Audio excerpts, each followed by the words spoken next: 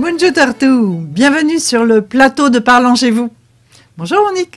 Bonjour Catherine. Bonjour Thomas. Bonjour Catherine. Alors, y allons parler à nous de gâteaux. Parce que est la saison pour se réconforter.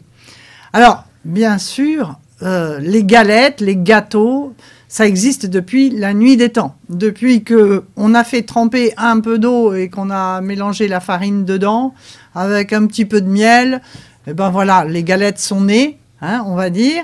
Les sucreries sont nées et on en a retrouvé évidemment dans l'Antiquité. On en a encore des traces plus de 7000 ans avant notre ère. Donc, bien évidemment, on ne va pas remonter si loin. On va vous parler des gâteaux un petit peu traditionnels, mais on va dire de traditions qui vont aller, on va commencer fin 16e jusqu'à nos jours, mais en plusieurs étapes évidemment. Alors, un des premiers grands traiteurs pâtissiers de l'histoire, bien sûr, c'est qui ? Monsieur Vatel. Monsieur Vatel, bravo! Il y en a qui le connaissent. Et oui, Vatel. Vatel qui a fait évidemment parler de lui. Pourquoi ? Parce qu'au XVIIe siècle, Vatel, le célèbre, l'unique, il est au service d'abord de Nicolas Fouquet, évidemment, qui, je le rappelle, va faire de l'ombre à Louis XIV, et évidemment se faire enfermer. Et puis, une fois que Nicolas Fouquet se fait enfermer, Vatel va changer de maison et va se retrouver au service du prince de Condé, lui qu'on appelle le Grand Condé, pour organiser des grandes fêtes comme il sait très bien faire, évidemment, qui avait à ce point ébloui Louis XIV qu'il en avait été jaloux, évidemment. Et donc, un soir, Vatel attend pour ses convives une livraison de poissons. Et les poissons n'arrivent pas à l'heure voulue pour servir tous les convives. Il y avait une 50aine de tables à préparer. Et devant ce fiasco annoncé, Vatel va se suicider. Et malheureusement pour rien, puisque une heure après, les poissons sont arrivés. Voilà, alors ça c'est un petit peu la légende, mais n'empêche que Vatel, c'est le premier qui nous a laissé des traces de toutes, évidemment, ces gâteaux et recettes, on va dire, d'exception. Alors, notamment, puisqu'il était au château de Chantilly, au service du Grand Condé, on lui a attribué faussement la paternité de la crème Chantilly. Bon, aujourd'hui, les historiens savent que finalement, ça existait bien avant, n'est-ce pas, Thomas ? Oui, au vin d'aux Italiens. Ça vient de l'Italie. Oui. Alors, Thomas, tu vas nous parler aussi de la même époque de Vatel, c'est-à-dire le XVIIe, l'apparition, je crois, des cannelés. Oui, do cannelés. Alors, les petits gâteaux, ça, on les connu, Alors, les do gâteaux qui sont très anciens, qui étaient faits par les sœurs des Annonciades, le couvent des Annonciades, sur Bordeaux. Et puis qui en faisait, donc elle récupérait, parce qu'il y avait beaucoup de passages de bateaux, bien sûr, on était le port, donc elle récupérait de la farine, des sacs éventrés ou qui étaient tombés du bateau. Le récupérions aussi les jaunes d'œufs, parce que on n'utilisait que le blanc dans les caves pour coller le vin, donc on restait les jaunes. Voilà. Enfin, avec tout ce, le viande de petits gâteaux, le cuisions sur les moules sur des pierres chaudes et que le vendions pour leur profit ou le donner aux pauvres. Oui, dans des petits moules comme ça, en cuivre. Et c'est la raison pour laquelle le cannelé, c'est toujours la spécialité de Bordeaux aujourd'hui. On l'a disparu parce qu'alors elles ont été, on les a garrochées de couvent. Et puis la recette a été prise sur les quais. Et puis on est revenu, on l'a disparu avec la Révolution, tout ça. Et puis on est revenu dans les années 70-80. On a été remise à l'honneur, on va dire. Et les cannelés, les moules en cuivre, les meilleurs pour faire les cannelés. Si vous voulez que l'on ait cette croûte dorée et que le son mou à l'intérieur, on les en cuivre. Parce qu'on saisit la croûte tout en protégeant l'intérieur correspondant. Alors, il y en a sur le plateau, qui ont été faits. Il y en a un petit là. Alors, il y en a de taille, parce qu'on a de 3 cm 5, on a de 4 5 ou de 5 5 pour les plus gourmands. Voilà. Voilà, on a un beau plateau là d'entremets qui ont été faits de gâteaux. Voilà. Et puis, donc, bien sûr, on voit aussi sur ce plateau des madeleines. Et qui sont là un petit peu plus tardives, hein, on va dire que ça arrive au 18e à peu près. 18e. Alors, les jeunes cuisinières de Commercy, elle a une recette qu'elle avait de sa grand-mère. Alors, on ne sait pas comment que ça s'appelait. Et puis, comment que s'appelait Stanislas Leszczynski, qui était le beau-père de Louis XV, hein, il croit, et qui faisait une réception dans son château. On a eu une engueulade, je ne sais pas ce qui s'est passé, on a eu une engueulade avec l'intendance et puis le cuisinier. Le cuisinier est parti en furie, ce qui fait qu'il a laissé en plan le repas et on n'avait pas de dessert. Et cette jeune cuisinière qui était au château a proposé de faire les gâteaux de sa grand-mère pour le dépanner. Lui, il a été obligé d'accepter. Et on l'a sauvé l'affaire. C'était très bon. Et en son honneur, on l'a donné le nom de Madeleine. Son prénom. Son prénom à Gâteau. À ce gâteau. Et donc, on voit bien ce moule à Madeleine là, sur le plateau. Là, qui est là, voilà, avec la belle Madeleine qui a été faite dans le moule. Et t'en as une autre, mais plus grosse. Hein, ça, ouais. Alors, toutes voilà. chez, voilà. Alors là, là, c'est vraiment un joli moule à Madeleine. Alors, tous les moules, on dit souvent moule à Madeleine, tous les petits moules. Ça pouvait être rond aussi, ou ovale, mais on pouvait être rond, un peu plus petit. Mais à cette époque, les gâteaux individuels, à part les cannelés ou les petites bouchées salées qu'on avait sur les grands buffets, on n'existait pas en individuel. On était tout en gros à partager. Voilà. Et la Madeleine, on faisait dans les 300 grammes. On l'était à partager. Donc, c'est pour ça qu'on est surprenant d'avoir cette taille. Oui, voilà. C'est assez rare, en effet, de les trouver comme ça. Voilà. Et donc, on avance dans le temps, bien sûr. Alors, on va parler du kouglof. Oui, au kouglof, qu'on dit. Alors, c'est plutôt dans la région de l'Est. Hein, dans l'Est. Oui, mais on est venu après quand même dans nos grandes maisons, plus sur le centre et jusqu'à Paris, parce qu'on est toujours avec notre Stanislas, qui adorait ce gâteau. Donc, les plus anciens moules en terre qui ont été trouvés au 18e. Voilà, Monique en a. On a un gros, et puis... Voilà, ça c'est le petit. Parce qu'on avait toutes les tailles, selon les convives qu'on avait, selon... Le gros. Voilà. Et notre Stanislas adorait Tchogaté. Et bon, comme tous les bonhommes de Tchotan, l'avion les dents, une dent tous les 3 mètres, puis en très bon état. Bon, bref. Donc, il était un peu sec un matin, son gâteau. Il le trouvait un peu dur. Alors, son cuisinier a eu l'idée d'os arroser de liqueur de Malaga.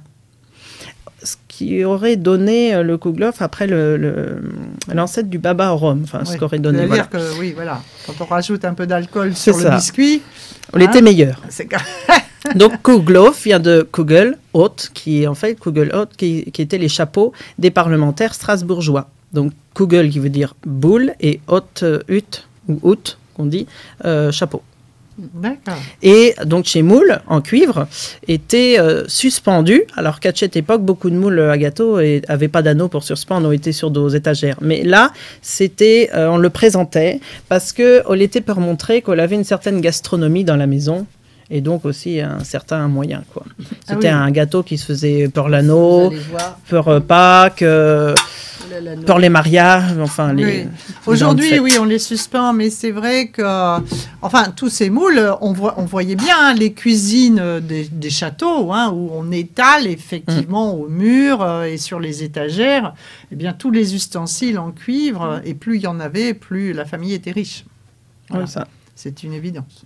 Et c'est bien d'avoir encore, trouvé tous ces moules. Voilà. Et puis donc, évidemment, comme tu l'as dit très justement, une fois qu'on imbibe le gâteau, eh bien, ça a donné par extension, on peut le croire, le baba. Aujourd'hui, on dit au rhum, mais en fait, on peut mettre n'importe quel alcool. Oui, ce qu'il y avait sous la main, quoi. Voilà. Alors, ce qu'il n'est pas dit, c'est que les moules, et aujourd'hui, on est très célèbre depuis longtemps, les fabriqués à Soufflenheim.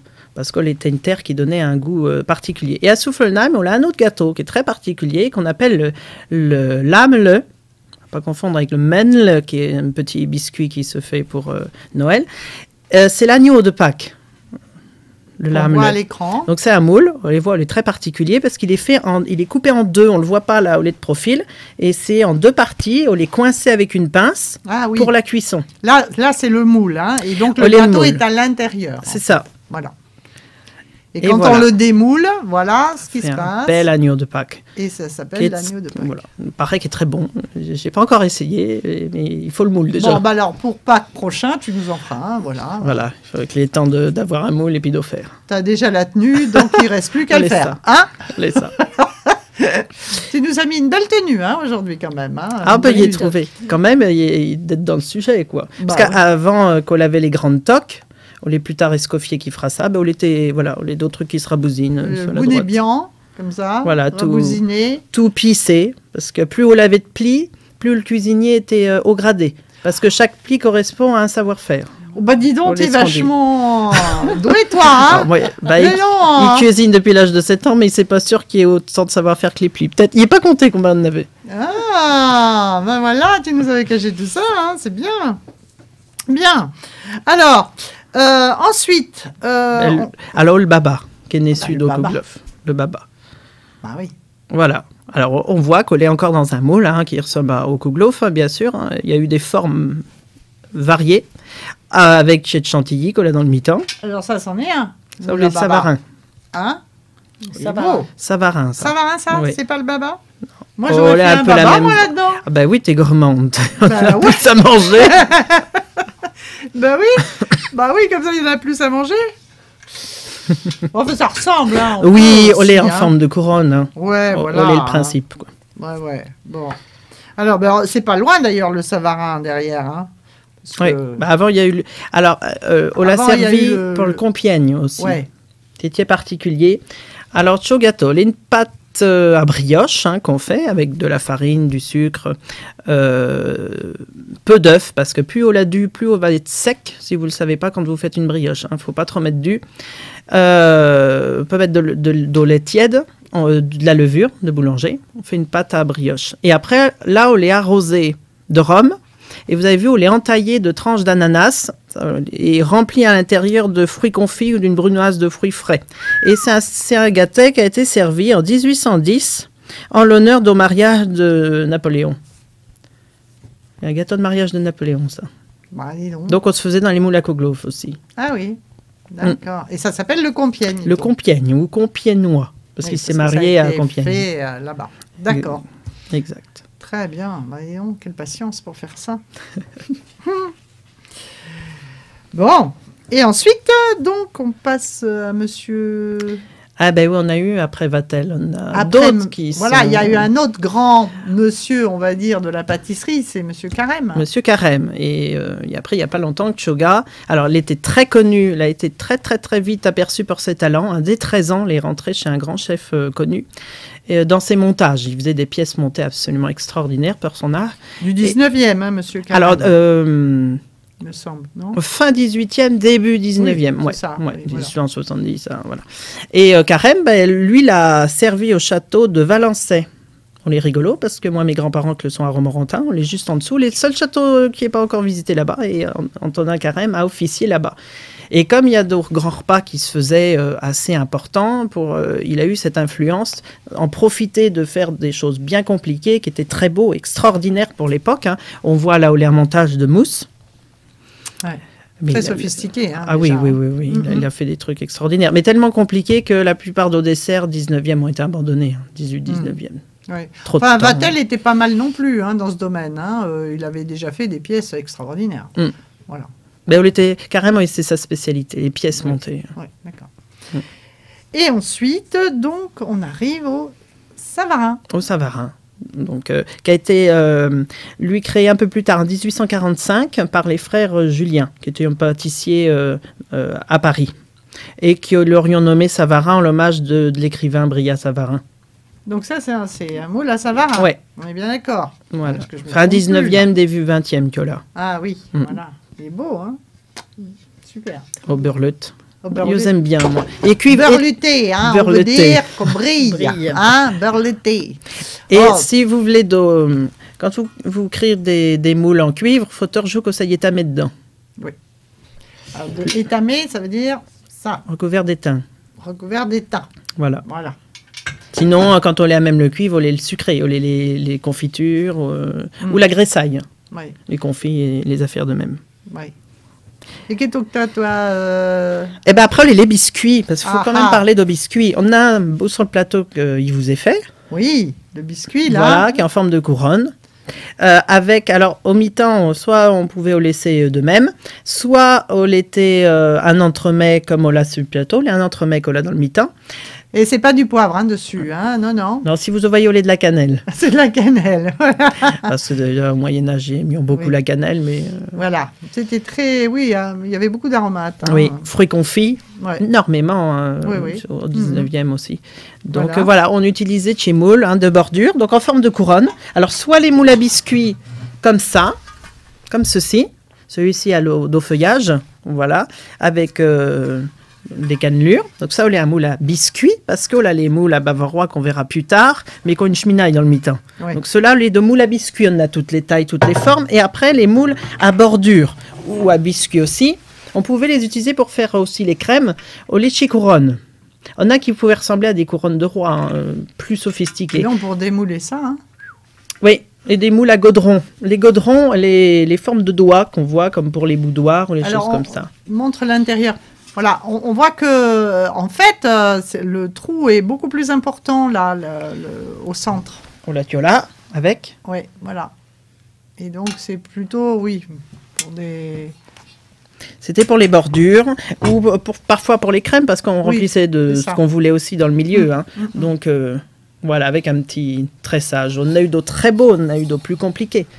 On a du moule magnifique qui avait eu des complications, et ce qui est extraordinaire, c'est de savoir qu'on les fait en une seule fois, on n'a pas de soudure, parce qu'on les dos cuivre repoussés. Voilà. Donc tout était mis en forme en une seule feuille de cuivre.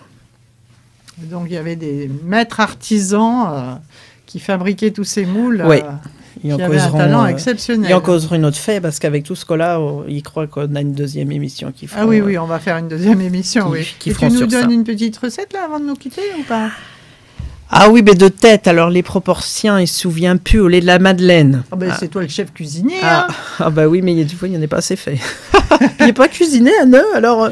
Allez, la madeleine, vas-y. Alors, la madeleine, au lait du beurre, ça. On fait fondre, avec du sucre.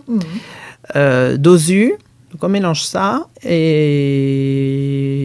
du lait tiède. Je crois qu'il faut que le lait tiède, du miel. Non, il faut du miel, de lavande normalement pour la madeleine, et puis de la farine et de la levure. C'est mieux. Parce qu'il faut qu'on gonfle. Bah oui, quand même. Bon, voilà. Enfin, tu nous rediras toutes les bonnes proportions la prochaine fois.